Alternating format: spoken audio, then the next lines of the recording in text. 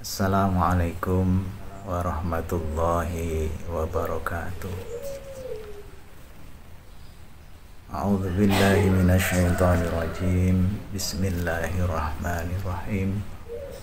Alhamdulillahi rabbil alamin wa bihi nasta'inu ala umurid dunya waddin wa ala alihi wa sahbihi ajma'in. Qala rabbi shrah li sadri wa yassir li amri wahlul 'uqdatam min lisani yafqahu qawli. Qala subhanaka la ilma lana illa ma 'allamtana innaka antal alimul hakim. Amma ba'd.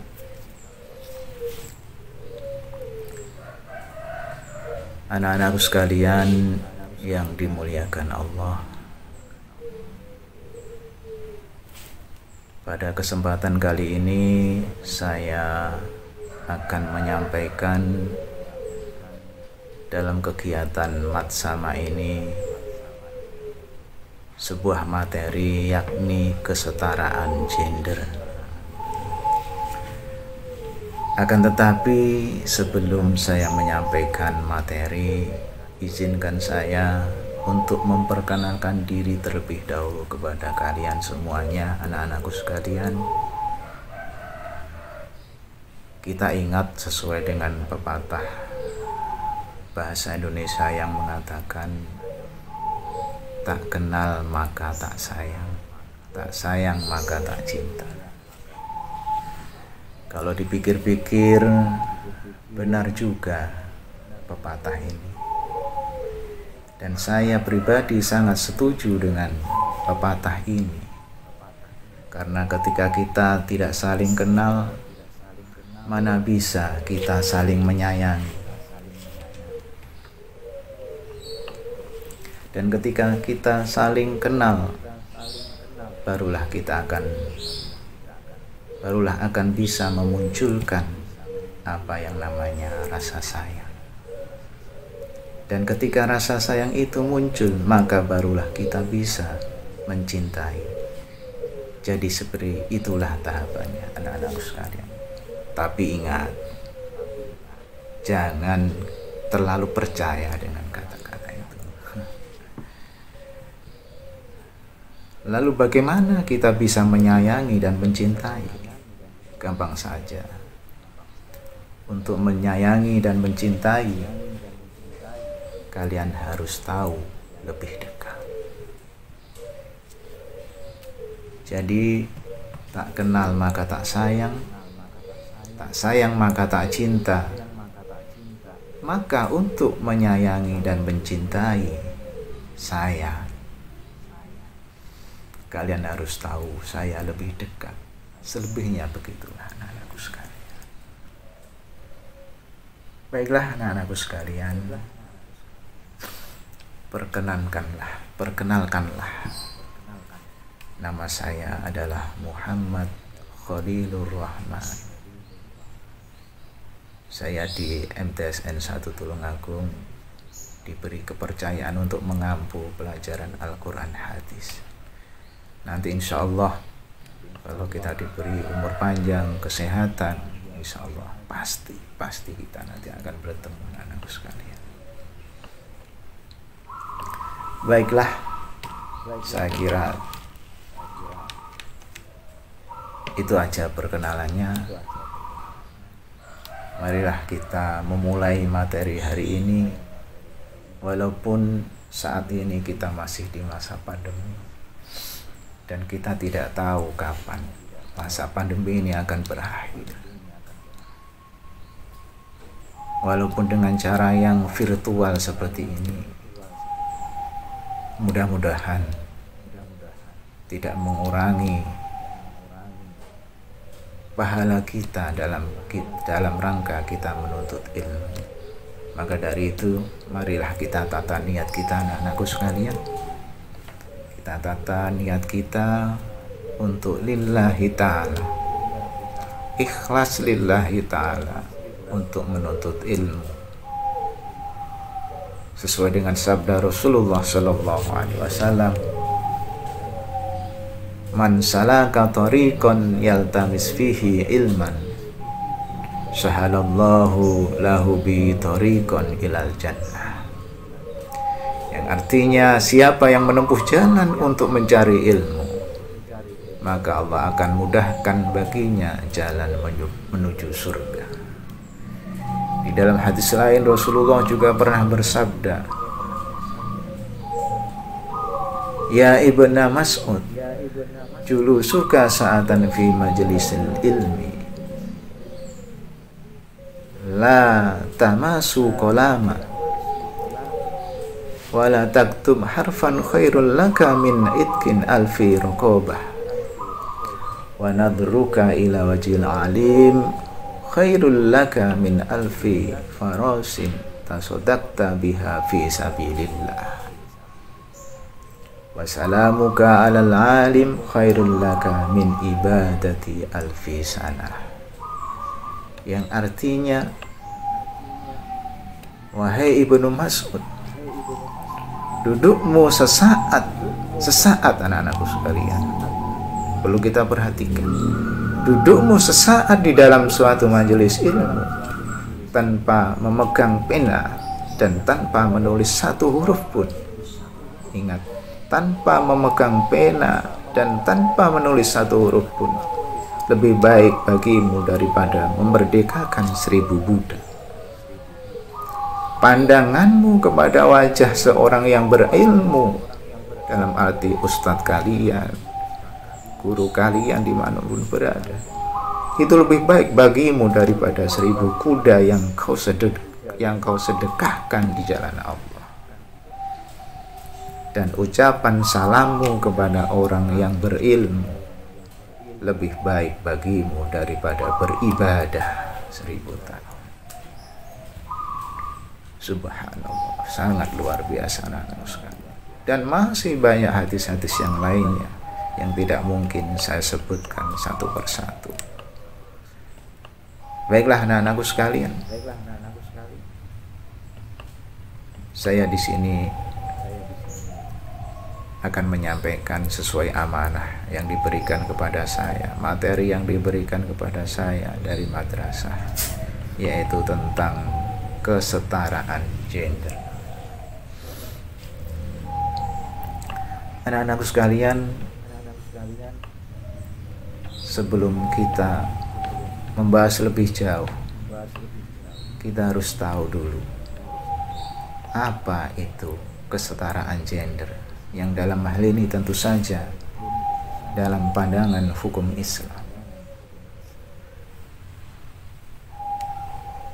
Anak-anakku sekalian yang dirahmati Allah Subhanahu wa ta'ala, wanita dalam sejarahnya di masa lalu, bahkan mungkin hingga hari ini, cenderung terpinggirkan, kurang beruntung, kurang dihargai, dihormati, dan sering dianggap separuhnya laki-laki.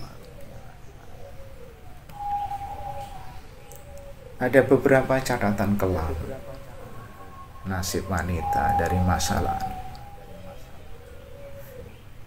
Di antaranya dari bangsa India, dahulu kala menguburkan wanita hidup-hidup bersama suaminya yang meninggal dunia. Ada lagi orang-orang Jerman mempertaruhkan istri-istrinya di meja judi. Dalam masyarakat Cina, jika seorang suami mati, maka istrinya tidak diperbolehkan menikah sepanjang hidupnya. Kemudian ada lagi sekelompok orang-orang Yahudi meletakkan wanita sederajat dengan pembantu dan bapaknya, sehingga boleh untuk memperjualbelikannya. Wanita dianggap memiliki kekurangan. Dia tidak boleh mewarisi apa-apa kecuali kalau ayahnya tak memiliki keturunan laki-laki. Begitu seterusnya, dan masih banyak lagi kasus-kasus wanita di masa kelam, masa lalu. era-era sebelum Islam muncul, dengan Muhammad yang membawa risalah untuk umatnya. Anak-anakku sekalian yang dirahmati Allah, berbicara tentang kesetaraan gender, sebetulnya ini sudah tidak asing lagi. Karena apa? Untuk saat ini kita tahu bersama-sama, ternyata sudah banyak wanita-wanita, perempuan-perempuan di Indonesia khususnya, umumnya di negara manapun, bahkan perempuan ini lebih maju dibanding laki-laki. Apa itu pertanyaannya sekarang? Kesetaraan gender, anak-anakku sekalian. Kesetaraan gender adalah setaranya derajat antara laki-laki dan perempuan. Maksudnya, apapun yang bisa dikerjakan laki-laki juga dapat dikerjakan oleh perempuan. Begitu pula sebaliknya. Contohnya pada zaman penjajahan, hanya anak laki-laki yang boleh bersekolah, sedangkan anak perempuan hanya tinggal di rumah. Tapi karena adanya kesetaraan gender, anak perempuan pun bisa bersekolah. Juga ada yang bilang bahwa yang bisa jadi presiden hanya laki-laki saja. Tapi karena adanya kesetaraan gender, perempuan pun bisa menjadi presiden. Lalu kenapa, anak-anakku sekalian, kita harus berbicara soal kesetaraan? Seperti apa yang sudah saya sampaikan tadi, sebenarnya untuk saat ini, anak-anakku sekalian, kita sudah tidak perlu lagi ribet-ribet berbicara tentang kesetaraan gender. Karena kan apa? Perempuan zaman sekarang sudah hebat melampaui laki-laki. Malah sekarang diapresiasi, kaum perempuan bisa saja terkadang kurang bergaul, kurang update informasi, makanya teriak-teriak tentang kesetaraan gender, yang sebetulnya saat ini perempuan di luar sana sudah banyak yang melesat keluar angkasa. Kondisi perempuan masa kini secara umum memang sudah jauh, anak-anakku sekalian, jauh lebih baik, lebih luar biasa dibanding pada eranya Kartini. Perempuan bisa membaca, bisa sekolah, kerja dan berkarya, dan bahkan banyak dari sejumlah perempuan bisa menggapai prestasi melampaui rekannya yang laki-laki. Anak-anakku sekalian yang dirahmati Allah, kalau untuk di Indonesia kita tahu bersama-sama, anak-anakku sekalian, bahwa setiap tanggal 21 April kita memperingati hari apa, anak-anak? Iya, setiap tanggal 21 April bangsa Indonesia memperingati hari Kartini untuk mengenang jasa-jasa Ibu Raden Ajeng Kartini. Yang dalam hal tersebut Raden Ajeng Kartini menuntut persamaan hak antara kaum perempuan, persamaan hak kaum perempuan, atau yang disebut dengan emansipasi, atau yang sekarang lebih keren lagi dikenal dengan kesetaraan gender.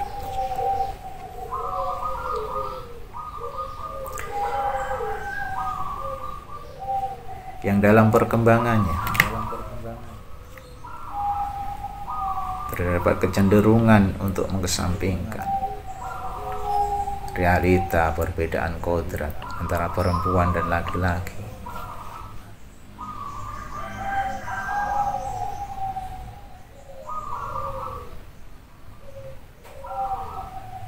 antara perempuan dan laki-laki, dan keinginan untuk melepaskan diri dari nilai-nilai agama yang dianggap mungkin bagi mereka tidak relevan dengan peran perempuan di zaman modern. Pertanyaannya adalah, anak-anakku sekalian, emansipasi apakah yang sebenarnya diperjuangkan oleh Raden Ajeng Kartini? Apakah seperti yang sering disebut, didengung-dengungkan sebagai persamaan gender tersebut? Nah, anak-anakku sekalian, untuk menjawab pertanyaan tersebut, marilah kita melihat sumber otentik, sumber yang bisa dipercaya, yang mendokumentasikan perjuangan Raden Ajeng Kartini. Di antaranya surat-surat Raden Ajeng Kartini yang dikirim kepada teman-temannya di Eropa, yang kemudian dibukukan dengan judul Habislah Gelap Terbitlah Terang. Dalam surat-surat yang dikirim oleh Raden Ajeng Kartini dapat diketahui bersama-sama pesan-pesan yang disampaikan oleh Raden Ajeng Kartini yang menunjukkan perkembangan pemikiran, yaitu yang pertama, anak-anakku sekalian,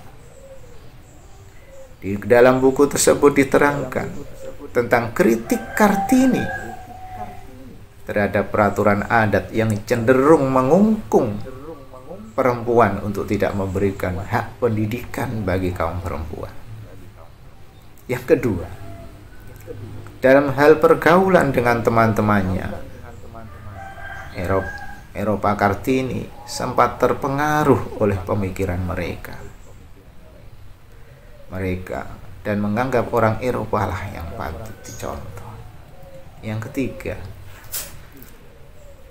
setelah pertemuannya dengan Kiai Soleh Darat dari Semarang, yang konon cerita beliau adalah seorang waliullah, pandangan Kartini mulai berubah sejak beliau kenal dengan Mbah Yai Soleh Darat. Apalagi setelah Kartini menerima dan mempelajari Al-Quran terjemah dalam bahasa Jawa, anak-anakku sekalian,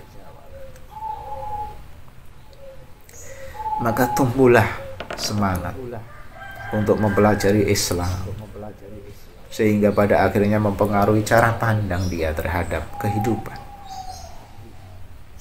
Kartini pun mulai berani mengkritik gaya hidup Barat yang penuh kebebasan, mengkritik praktik kristenisasi yang ada pada saat ini, dan mengkritik ketidakadilan khususnya baik bagi kaum perempuan. Satu tekad, anak-anak sekalian, satu tekad yang ada dalam dada Kartini. Moga-moga kami mendapat rahmat, dapat bekerja membuat umat agama lain memandang agama Islam patut disukai. Surat Kartini kepada Nyonya Van Kolonial 21 Juni 1902. Di dalam suratnya yang lain, Kartini menulis, manusia itu berusaha, Allah lah yang menentukan. Surat Kartini kepada Nyonya Oving Sor, Oktober 1900. Anak-anak sekalian yang dirahmati Allah, jauh sebelum Kartini, ini yang perlu kita tegaskan, kita beritahukan. Jauh sebelum Kartini meneriakkan persamaan hak bagi kaum perempuan, Islam telah menempatkan perempuan dalam kedudukan yang mulia, sangat mulia, anak-anak sekalian. Penghormatan Islam terhadap kaum perempuan ini dapat kita bandingkan dengan perilaku masyarakat jahiliyah pada kaum perempuan. Sungguh kondisi wanita, kondisi perempuan kepada bangsa Arab sebelum Islam berada dalam puncak kehinaan, sehingga sampai pada keterbelakangan, kemunduran, bahkan kelemahan yang sudah tidak layak lagi disandang oleh makhluk yang bernama manusia. Perempuan tidak memiliki hak sekalipun untuk mengungkapkan pikirannya dalam seluruh permasalahan hidupnya. Mereka tidak berhak mendapatkan warisan karena adat yang berlaku. Karena adalah yang berhak mendapatkan warisan hanyalah orang-orang yang memanggul pedang, berjuang membela, menjaga negaranya. Perempuan jahiliyah juga tidak ada hak mengajukan usul tentang calon suaminya, karena urusan tersebut dipegang mutlak oleh walinya. Bahkan seorang anak berhak melarang janda dari ayahnya untuk menikah, sehingga sang ibu harus memberikan kepadanya apa yang telah diambil dari suaminya yang telah menikah. Seorang anak juga memiliki hak untuk mengawini ibu tirinya. Anak-anak sekalian, Masya Allah, perempuan pada zaman jahiliyah, era sebelum Rasulullah dilahirkan, anak memiliki hak untuk mengawini ibu tirinya tanpa mahar dan menikahkannya dengan orang lain dengan syarat orang tersebut menyerahkan maharnya kepadanya dan bukan kepada ibu tirinya.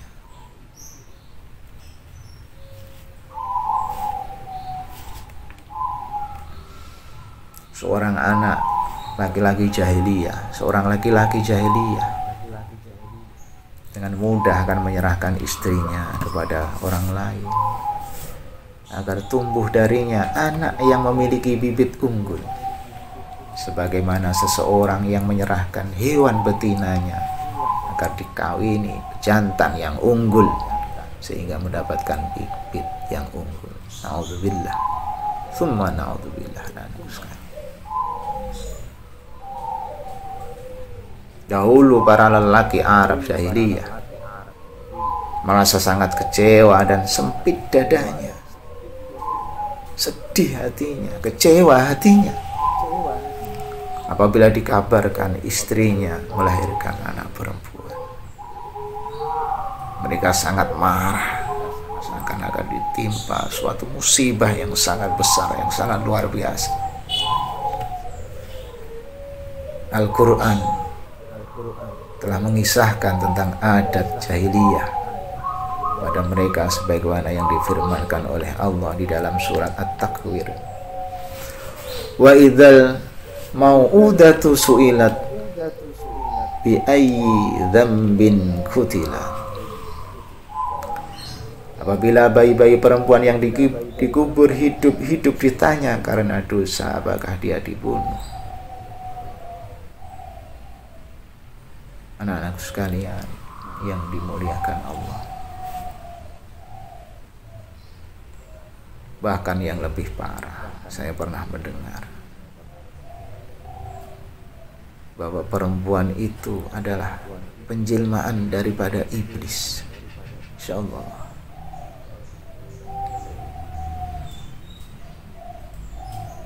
Menurut cerita, ketika Nabi Adam diciptakan, kemudian diciptakannya Siti Hawa, kemudian ketika oleh Allah ditempatkan di dalam surga dengan satu pesan, janganlah bertempat tinggallah di surga selamanya, tapi ingat satu, jangan sekali-kali kamu mendekati pohon khuldi. Tapi apa yang terjadi dengan bujuk rayu Siti Hawa, yang kemudian akhirnya Nabi Adam terperdaya sehingga beliau lupa dengan pesan Allah sehingga dia memakan buah khuldi. Ini digambarkan suatu riwayat bahwa Hawa adalah penjelmaan iblis karena menggoda Nabi Adam. Masya Allah, ini pendapat yang sangat-sangat tidak pantas, anak-anakku sekalian. Anak-anakku sekalian yang dimuliakan Allah, setelah mengetahui kondisi wanita zaman jahiliyah, marilah kita lihat bagaimana Islam mendudukkan dan memuliakan perempuan. Kita akan melihat betapa para perempuan merasakan nikmat hidup di bawah naungan Islam dengan derajat yang tinggi dalam masalah penjagaan dan perlindungan.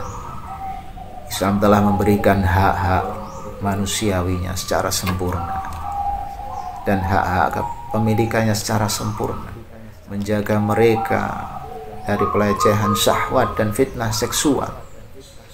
Islam menjadikan mereka sebagai salah satu unsur pembangunan masyarakat, pembangun masyarakat dan penentu kualitas generasi mendatang. Pemuliaan Allah Subhanahu wa Ta'ala terhadap kaum perempuan ini juga terlihat dengan pemberian nama satu surat di dalam Al-Quran, yaitu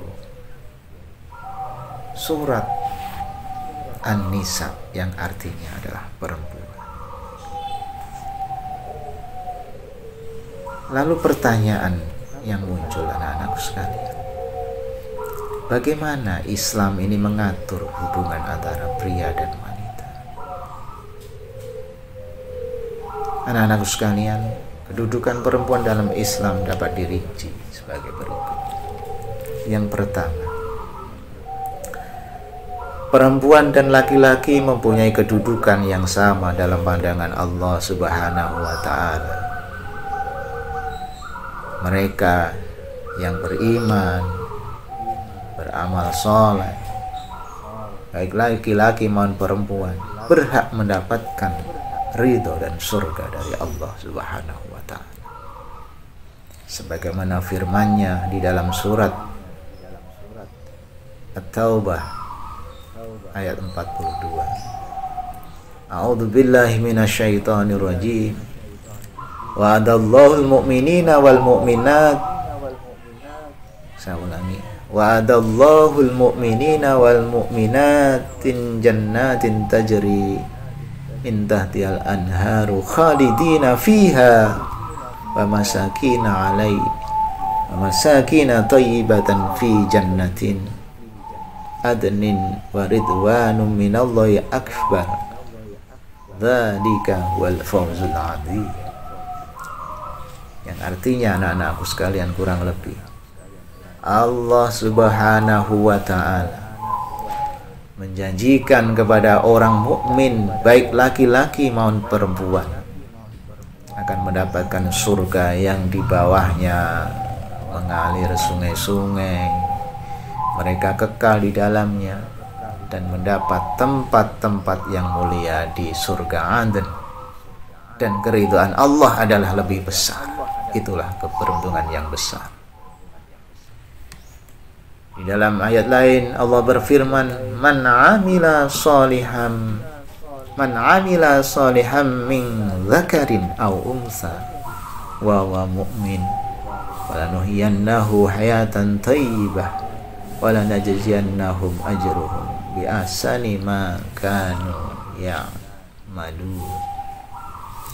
Yang artinya, barang siapa yang mengerjakan amal soleh, baik laki-laki maupun perempuan dalam keadaan beriman, maka sesungguhnya akan kami berikan kepadanya kehidupan yang baik. Surat An-Nahl ayat 97. Anak-anakku sekalian yang sangat dimuliakan Allah,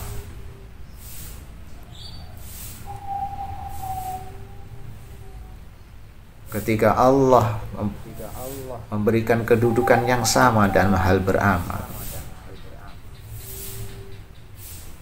Sebaliknya juga Allah memberikan hukuman yang sama anak-anakku sekalian bagi hambanya, baik laki-laki, perempuan yang berbuat dosa dan melanggar aturan-aturan Allah. Sebagaimana difirmankan oleh Allah di dalam surat Al-Ahzab ayat 73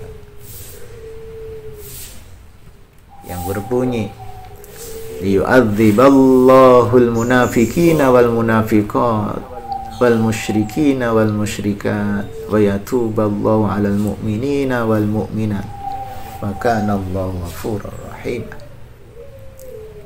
Yang artinya agar Allah mengadab orang-orang munafik baik dari kalangan laki-laki maupun perempuan, dan orang-orang musyrik baik dari kalangan laki-laki maupun perempuan, dan agar Allah mengampuni orang-orang yang beriman baik dari kalangan laki-laki maupun perempuan.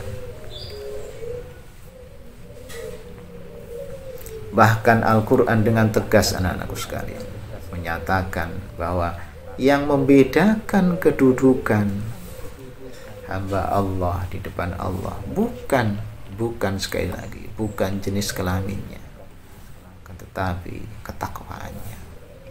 Allah berfirman, a'udzubillahi minasyaitonirrajim, bismillahirrahmanirrahim, ya ayyuhan nasu inna khalaqnakum min dzakarin aw untha wa ja'alnakum syu'uban wa qabaila lita'arafu inna akramakum indallahi atqakum innallaha alimun khabir.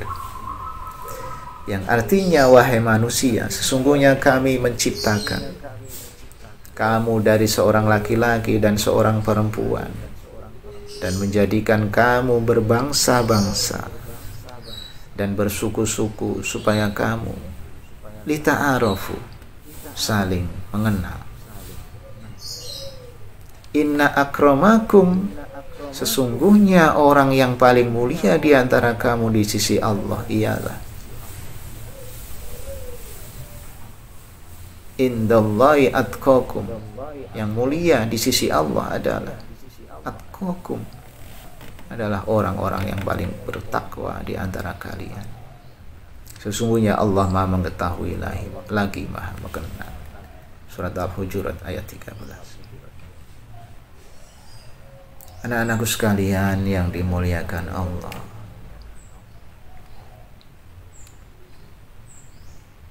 kedudukan yang kedua di dalam Islam adalah kedudukan perempuan. Yang kedua di dalam Islam adalah perempuan merupakan partner atau mitra bagi kaum laki-laki. Perempuan dan laki-laki memiliki peran yang saling melengkapi dan saling menolong dalam rangka taat kepada Allah Subhanahu wa Ta'ala, menegakkan aturan Allah dan menegakkan aturan Rasulnya, sebagaimana firman Allah di dalam surat At-Taubah ayat 71 yang berbunyi, a'udzubillahi minasyaitonirrajim, bismillahirrahmanirrahim, wal mu'minuna wal mu'minat ba'duhum awliya'u ba'd ya'muruna bil ma'ruf wa yanhauna 'anil munkar wa yuqimuna as-salata wa yu'tuna az-zakata wa yuti'una Allah wa rasulahu ulaika sayarhamullah innallaha azizun hakim. Yang artinya, dan orang-orang yang beriman baik laki-laki maupun perempuan, sebagaimana sebagian mereka adalah menjadi penolong bagi sebagian yang lainnya. Mereka menyuruh mengerjakan yang ma'ruf, mencegah yang mungkar, mendirikan sholat, menunaikan zakat, dan mereka taat kepada Allah dan Rasulnya. Mereka itu akan diberi akan diberi rahmat oleh Allah. Sesungguhnya Allah Maha Perkasa lagi Maha Bijaksana.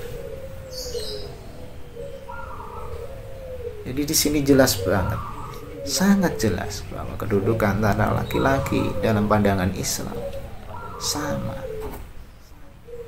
Jauh sebelum kita mengenal kesetaraan gender, Islam sudah lebih dahulu mengajarkan tentang persamaan derajat antara kaum laki-laki perempuan.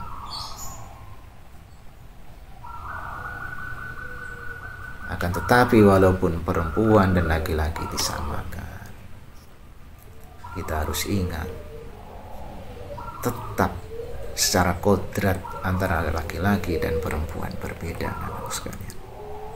Di mana letak perbedaannya? Ini kodrat, ya, kodrat dari Allah Subhanahu wa Ta'ala. Kalau derajat boleh sama, tapi kodratnya berbeda. Perempuan setiap bulan datang bulan atau haid, perempuan melahirkan, perempuan menyusui, dan seterusnya. Yang ketiga, anak-anakku sekalian, kedudukan perempuan di dalam Islam adalah Islam memuliakan perempuan dengan menjaga kehormatan dan kesuciannya. Salah satu hikmah diwajibkannya mengenakan jilbab, yang nanti ini menjadi syarat utama kalian ketika masuk di Madrasah Sanawiyah Negeri 1 Tulungagung. Diwajibkannya mengenakan jilbab bagi perempuan adalah tidak lain dan tidak bukan, anak-anakku sekalian, adalah dalam rangka menjaga kehormatan dan kesucian kaum perempuan, termasuk kalian. Allah Subhanahu wa Ta'ala berfirman, anak-anak sekalian, di dalam surat Al-Ahzab, A'udzubillahi minasyaitonirrajim. Bismillahirrahmanirrahim. Ya ayuhan nabiyyu qul li azwajika wa banatika wa nisa'al mu'minina yudnina 'alaihinna min jalabihinna dzalika adna ay yu'rafna fala yu'daina wa kana Allahu ghafurur rahim. Yang artinya, wahai Nabi, katakanlah kepada istri-istrimu, anak-anak perempuanmu, dan istri-istri orang mukmin, hendaklah mereka mengulurkan jilbabnya ke seluruh tubuhnya. Yang demikian itu supaya mereka lebih mudah untuk dikenal, karena itu mereka tidak diganggu. Dan Allah adalah Maha Pengampun lagi Maha Penyayang. Yang keempat, anak-anakku sekalian, kedudukan perempuan di dalam Islam adalah dalam perannya sebagai ibu rumah tangga yang sekarang sedang diperankan oleh ibu kalian, dan kelak juga akan menjadi peran kalian, khususnya yang siswi perempuan. Seorang ibu mempunyai peran yang sangat strategis untuk menjadi pendidik generasi dan pengatur rumah tangga. Tanggung jawab mendidik anak merupakan tanggung jawab kedua orang tua. Namun dengan interaksi anak yang lebih intens bersama ibunya dibanding dengan ayahnya. Seorang ibu mempunyai kelebihan untuk menjadi sekolah pertama bagi anak-anaknya, dan mendidik merupakan tugas yang sangat mulia sepanjang masa.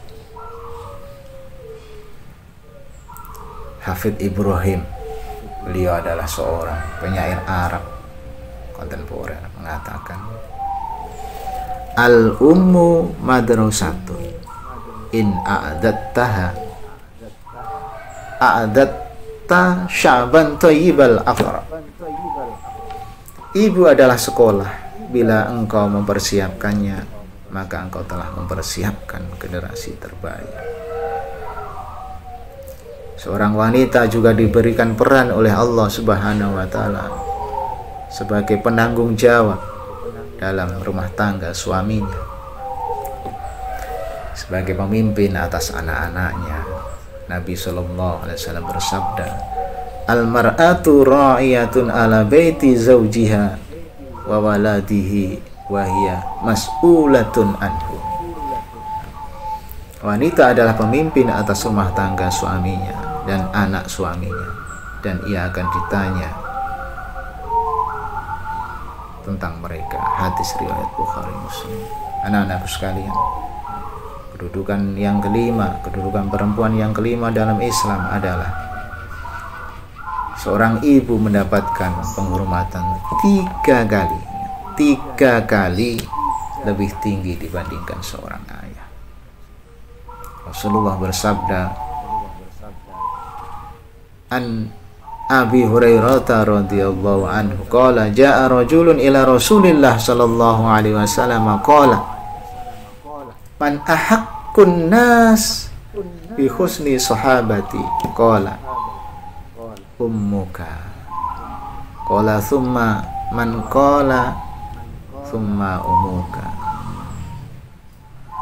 qala thumma man qala thumma ummuka qala thumma man qala thumma abuka. Ya Rasulullah, siapa orang yang paling berhak mendapat kebaikanku? Rasulullah menjawab, ibumu. Sahabat bertanya lagi, kemudian siapa ya Rasulullah? Rasulullah menjawab, ibu. Siapa lagi ya Rasulullah? Ibu. Yang terakhir, kemudian kepada siapa lagi ya Rasulullah? Yang terakhir Rasulullah menjawab, kemudian kepada bapak. Hadis muttafaqun alaih. Anak-anakku sekalian, menurut para ulama, hal itu dikarenakan apa? Ibu melakukan 3 hal yang sangat berpengaruh dalam kehidupan seorang anak yang tidak dilakukan oleh ayah. Jadi ibumu ini dikarenakan apa? Karena ibu sangat berpengaruh dalam kehidupan seorang anak yang tidak dilakukan oleh ayahnya dalam 3 hal anak-anakku sekalian. 1 adalah mengandung, yang kedua melahirkan, dan yang ketiga adalah menyusui. Anak-anakku sekalian yang dirahmati Allah, kiranya mengingat waktu yang sangat singkat, demikianlah anak-anakku sekalian penjelasan tentang bagaimana Islam memberikan kedudukan dan penghargaan serta penghormatan kepada seorang wanita, kepada kaum wanita, atau yang dikenal dengan istilah kesetaraan gender. Ini semua menunjukkan bahwa Islam justru merupakan agama yang telah mengangkat dan memuliakan perempuan. Maka anak-anakku sekalian, tidaklah benar kalau sebagian orang menuduh Islam sebagai agama yang mengungkung dan membatasi hak-hak perempuan. Islam telah menempatkannya pada tempat yang paling sesuai dengannya, dengan tidak sedikit pun mengurangi atau mengambil hak-haknya yang ia bawa sejak lahir.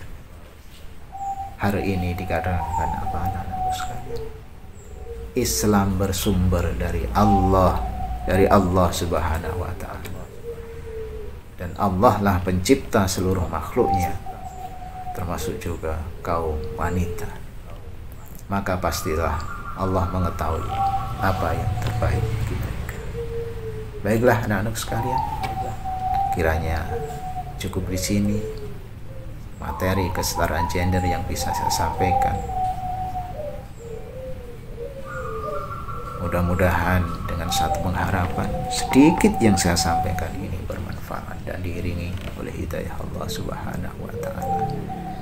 Mudah-mudahan bermanfaat bagi kita semuanya. Ada kurang lebihnya saya mohon maaf yang sebesar-besarnya. Akhirul kalam, wallahul muwaffiq ila aqwamit thoriq. Assalamualaikum warahmatullahi wabarakatuh.